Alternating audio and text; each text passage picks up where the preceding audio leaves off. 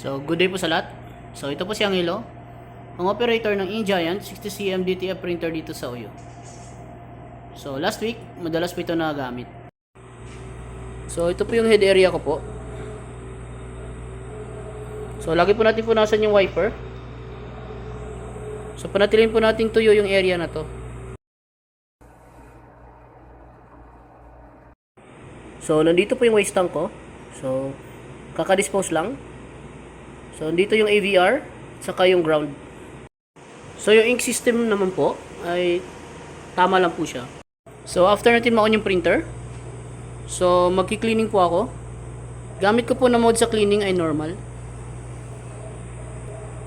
So, after natin mag-cleaning, mag-nozzle test po tayo. So, i-check po natin yung mga nozzle kung buo po. So, pag nakita na po natin buo, pwede na po tayo mag-start sa printing. So, nandito naman po yung mga in-use supplies ko po.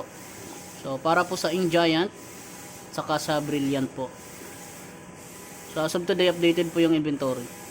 So, dako naman tayo sa mga DTF output. So, last week, nakapag-run po ako ng 48 meters. So, wala pong in-house orders. So, nandito naman po yung weekly DTF checklist ko po. So, updated po siya.